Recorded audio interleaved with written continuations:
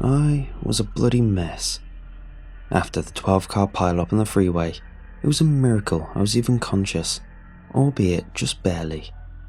There was only one hospital within a 30-mile radius, so all of us were sent there, some via ambulance, others by helicopter. Overwhelmed with the influx of patients, the staff scattered all over us. I was in a bed normally reserved for the lesser injured out in the foyer, as were some of the others involved in the crash. We were separated only by thin curtains as surgical teams struggled to keep us breathing. If I'm being honest, at the time I couldn't even remember my own name, let alone what had happened. It all felt so surreal, like a dream I couldn't wake up from. "We're losing her." Those were the first 3 words I comprehended since arriving at the hospital. They came from a doctor operating on a young girl in the bed to my left. Through blurred vision and a small gap in the curtains, I could just make out her features. She was maybe 6 years old, with long blonde hair, blooded and in critical condition. She looked so familiar, but I couldn't figure out why. As I stared, it came to me. My daughter. Yes, my daughter. She looks just like her. That was it. She reminded me of my daughter, Leslie. I smiled, but then I remembered last time I saw her. She was in a casket as she and my wife were both lowered into the earth, victims of a car accident themselves. Oh no, did I cause this? Was I trying to kill myself? As the pieces were coming back to me, I remembered the accident, though I couldn't quite place how it all started.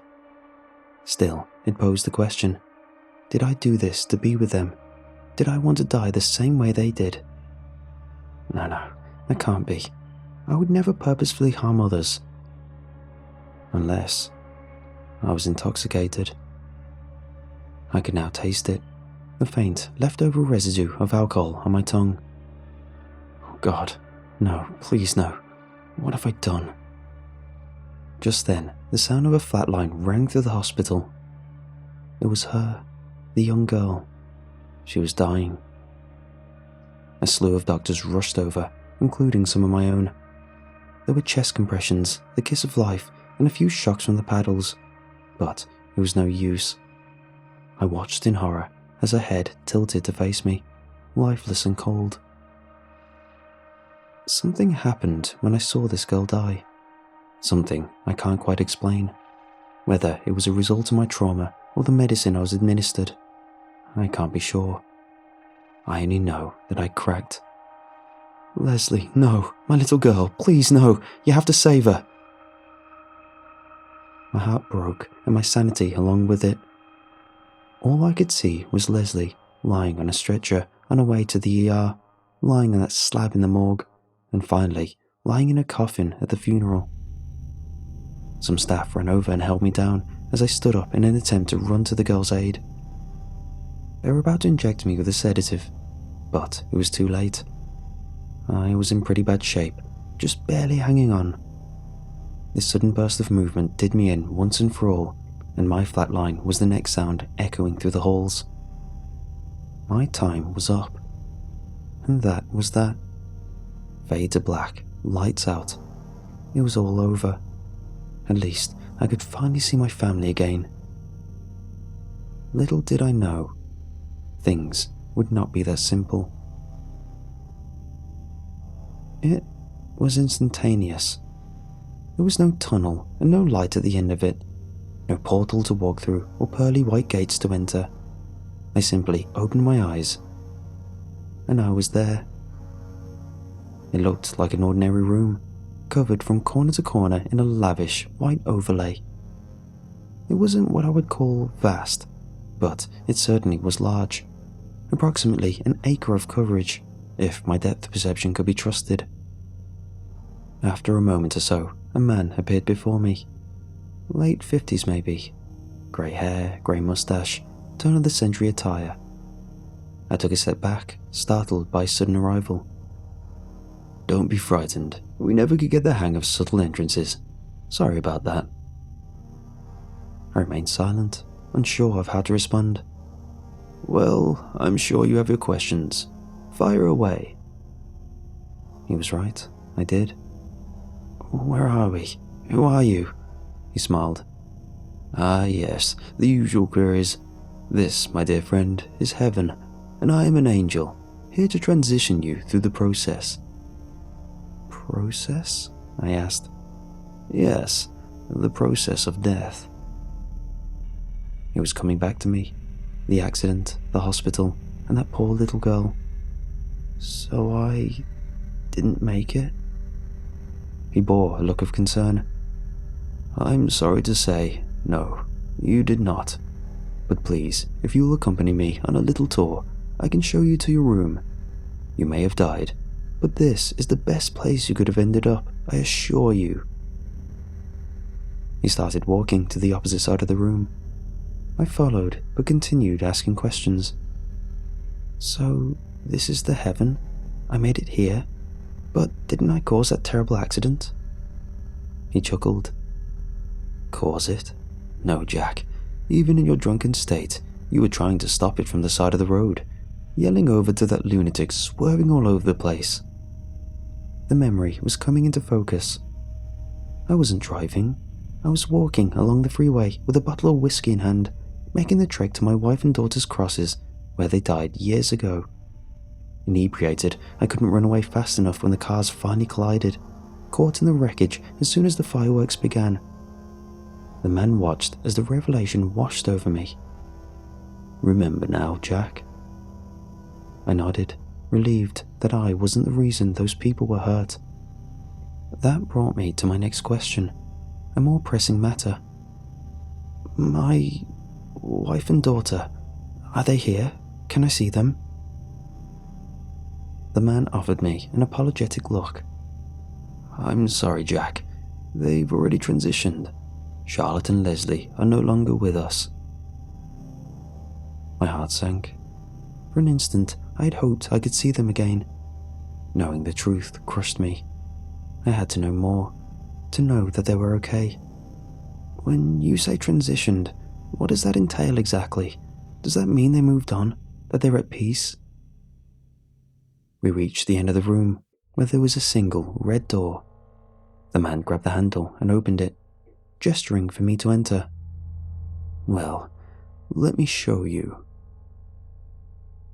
Without any other options at my disposal, I hesitantly walked past the threshold of the doorframe, and the man followed, shutting the door behind us. He then walked ahead and turned back to me with his arms outstretched. Welcome to our Hall of Operations. There was a tinge of pride in his voice as he said this. Hall of Operations? I asked, confused. Please, right this way.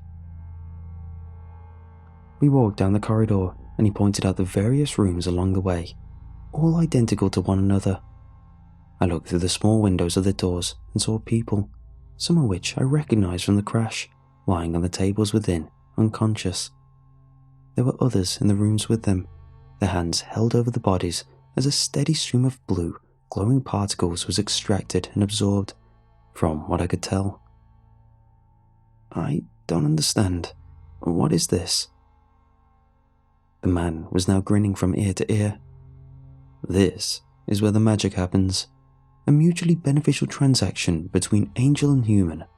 We fulfill your wildest dreams, and in return, you give us a piece of your soul. For the first time since arriving in heaven, I was now worried. You want a piece of my soul? Am I hearing this right? He put a hand on my shoulder, undoubtedly in an effort to calm my nerves. Don't worry, Jack. It's a mostly harmless procedure. You won't feel a thing. Mostly? I pushed his hand away and took a few steps back, scared of what I'd gotten myself into. Jack, please, listen to me.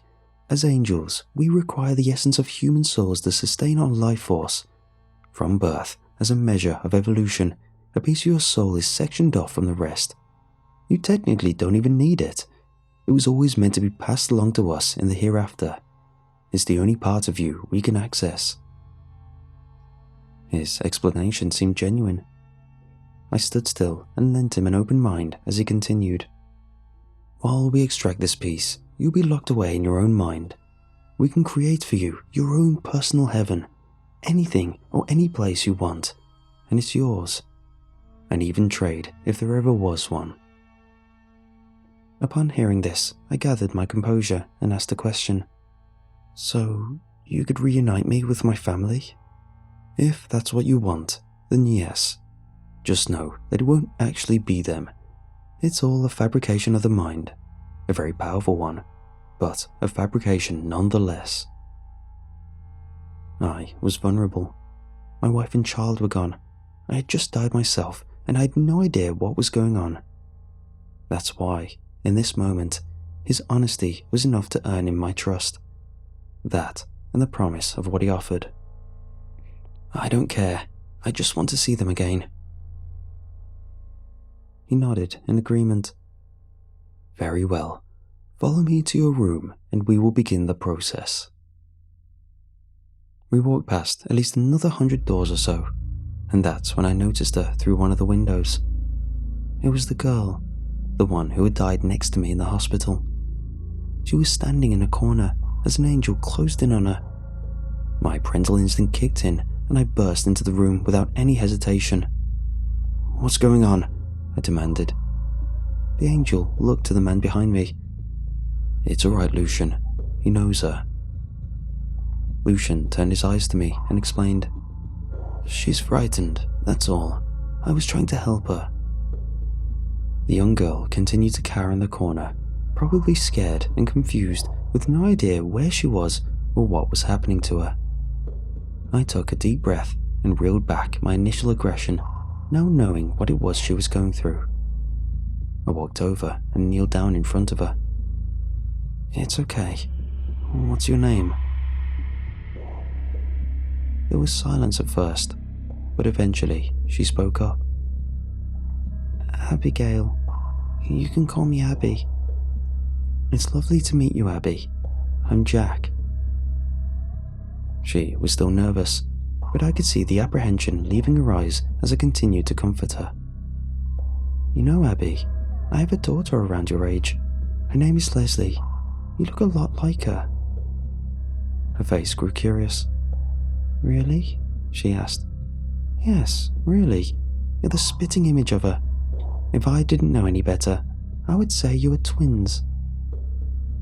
She laughed, and I with her.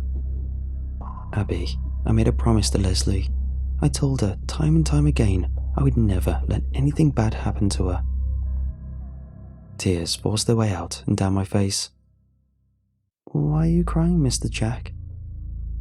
I wiped my tears away and did my best to fake a smile. I'm going to make the same promise to you, okay? These men might seem scary, but they're not here to hurt you. They're just going to put you to sleep and give you the happiest of dreams. It's confusing, I know, but you have to trust me. I won't let anything bad happen to you. She looked up at me and stared with an intensely serious look painted on her face, as serious as a 6-year-old could look.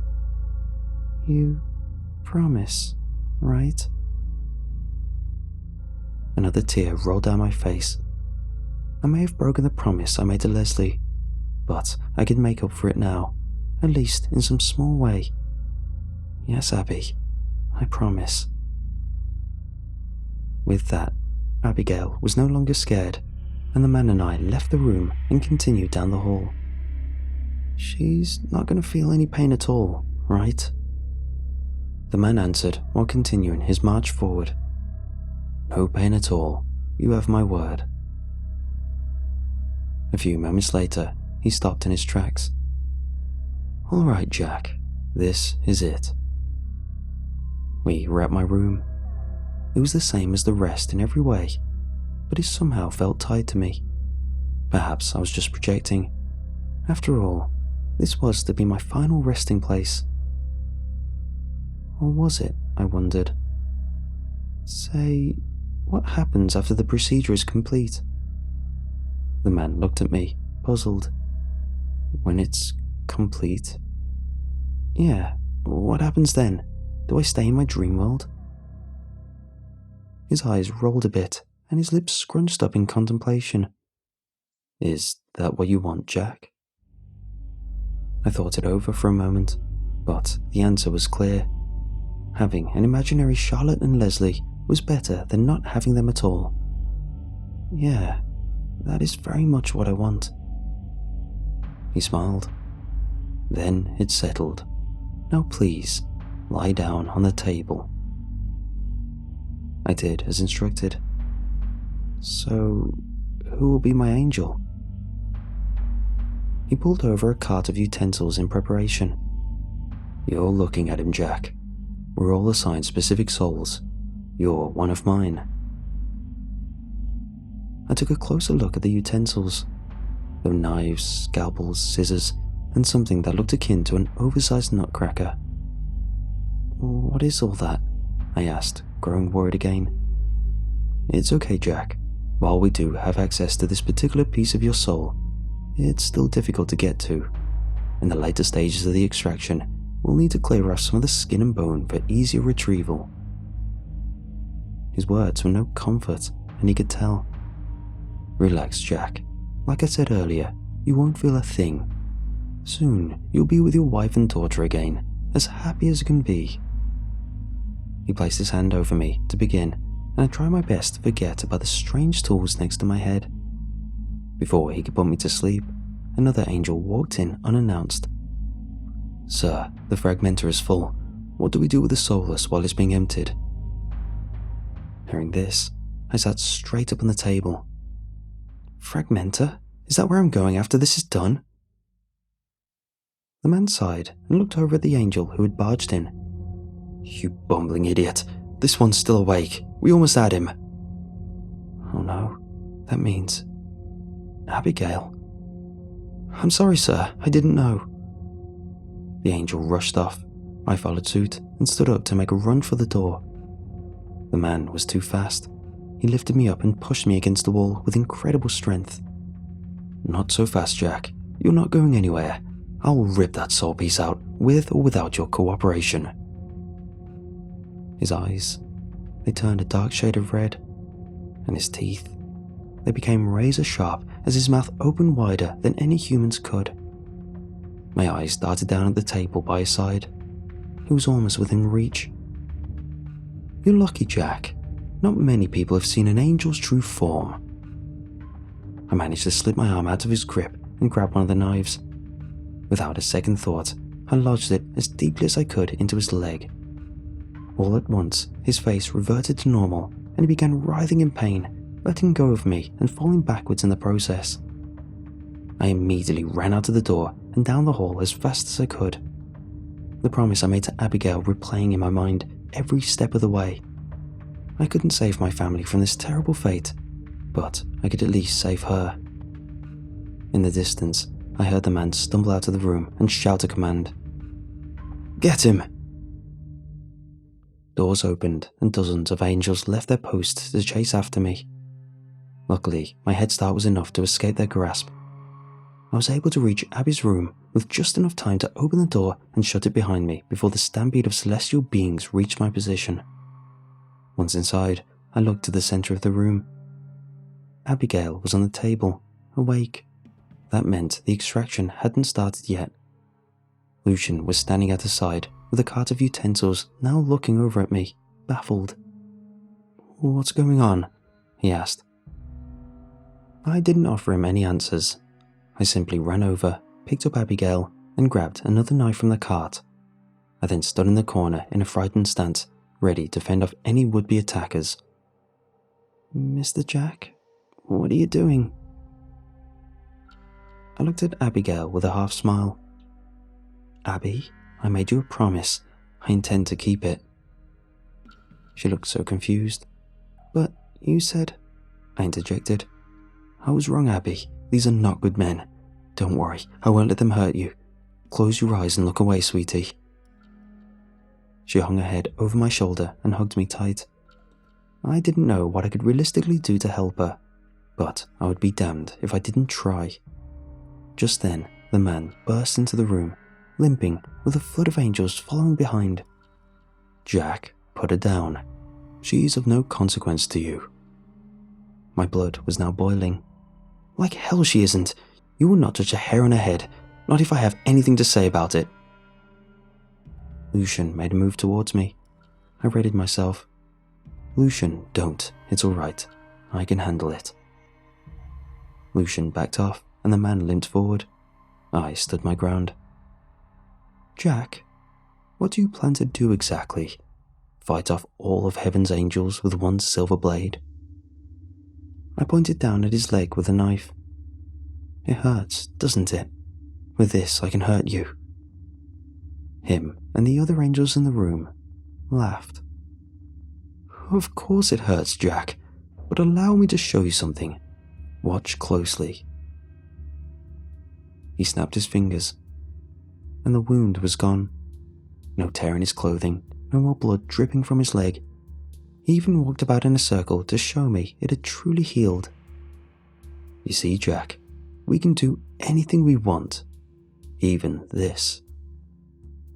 He held his arm forward, and the knife was pulled through the air by an unseen force, landing in his hand. I was now defenseless. I held onto Abigail as tightly as I could. "You can't beat us, Jack. You're ours now." He stepped forward. I looked over at the scared girl in my arms and thought of my little Leslie. I remembered the fond memories I had with her and my wife, as well as the horrific aftermath of losing them. A specific memory bubbled to the surface and stood out above the rest. It was one of the many times I visited those crosses on the side of the freeway. It was dark, well past midnight on Christmas Eve of last year. There were no cars on the road, not a single one. Everyone was with their families for the holidays, rejoicing and partaking in the festivities. And here I was, on the side of the road, paying my respect to the family I no longer had. There would be no more holidays for us, no more anything at all. I looked down at the unopened bottle of whiskey in my hand. I was 5 years sober up to that point. Didn't even drink the night they died. It wasn't how they would have wanted things to go. At least, that's what I told myself. And I believed it. I believed they were still out there somewhere, looking down on me, and that kept me holding the wheel steady. But I realized, in this instance, darkness all around me, not a single soul in sight, that I was truly and utterly alone. They weren't with me. They couldn't be. They were gone. They're dead, Jack. These words, now truer than they had ever been before, repeated in my mind as I stared down at the whiskey. It was as if the bottle itself was speaking them, taunting me to put it to my lips and drink away my misery. And you know what? I did just that. Half the bottle was gone in mere seconds. I swear I didn't even feel the burn as it swam down my throat. Or maybe it was just dull in comparison to the immense anguish I already felt. Either way, the guilt broke through and came through in waves, bringing me to my knees, directly in front of the wooden markers that memorialized my loss. "Charlotte, Leslie, I'm so sorry." My face and neck were soaked in tears and whiskey drool. "I'm sorry that I'm so weak. I can't do this without you. It should have been me instead. I wish it had been me." I leaned against the crosses and sobbed louder than I ever had before. "Leslie, I couldn't protect you. My little girl." That was my lowest moment, a reminder of my failure as a parent. There was nothing I could have done to prevent their accident, but that didn't stop me from blaming myself. I took one more look at Abigail as the man took his final step in our direction. "Wait, please, wait." To my surprise, he stopped. "What now, Jack? Going to grovel for your lives?" "No," I said. "I want to make a deal." The angels laughed again, louder this time. "Oh, Jack, what could you possibly have to bargain with?" "My soul," I stated plainly. "We already have access to both your soul pieces. You'll have to do better than that." I quietly prepared myself for my final offering. I would be handing over everything to these foul creatures, as much as I didn't want to. It was all I could think to do. No, my entire soul, the whole damn thing. Send her back to Earth, intact, and when she eventually dies, she's off limits.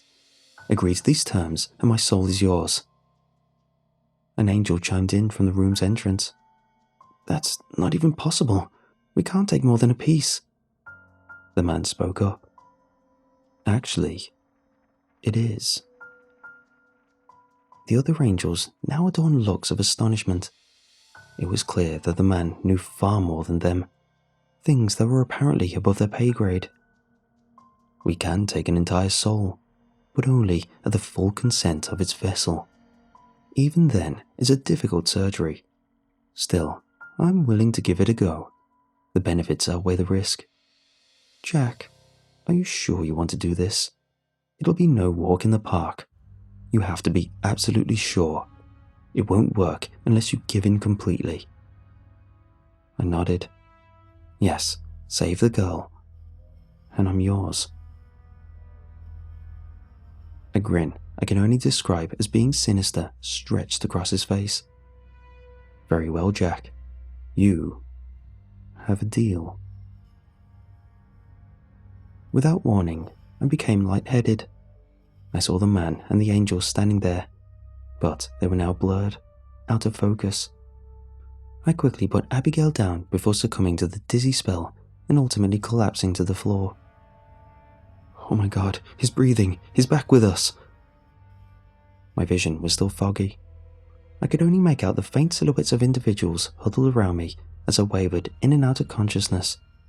He needs oxygen, stat. After a minute or so, I passed out altogether. The next thing I knew, I was waking in a hospital bed, a nurse swapping out fluid to my IV. Oh no, I'm alive. But Abby... Oh, you're awake. Glad to see you back in the land of the living. Things were pretty dicey there for a while. I had to know. That girl who was next to me, is she okay? What happened? She looked concerned. I don't know, sir. Please calm down. Any sudden movements could break a stitching. It was my fear that they revived me before the deal could be struck, before Abigail could be saved. God, I hope she's okay, wherever she is. Can you find out for me? Please. Her name's Abigail. Before she could respond, another nurse showed up at the entrance of my room, holding the hand of a young girl. It was Abby. That's him. That's the man. She ran over and hugged me. The nurse with her chimed in. I'm sorry. She just insisted on seeing you. Says you helped her in the crash. Abigail turned around. Not the crash. In heaven. The nurse laughed a little. Oh yes, my apologies. In heaven. Abigail looked back at me and smiled, the same way Leslie used to. Thank you for saving me, Mr. Jack. She dislocated and she went off with the nurse. A tear fell from my eye as I watched her leave. Not one of sadness, but of joy. Abigail was safe. The only conclusion I can draw is that the angels made good on their deal just as I was being revived. With that said, they will more than likely show up at some point to collect on it. Maybe today, maybe tomorrow, who knows.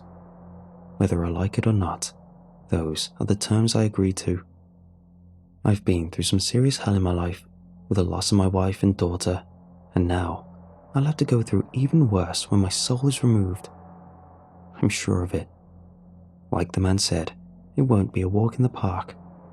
Still, seeing that smile, something that wouldn't have been possible a short time ago, I would do it all again. I would relive every second of pain I've ever felt and still make the decision to go through more just to see her safe. It's all they would have wanted.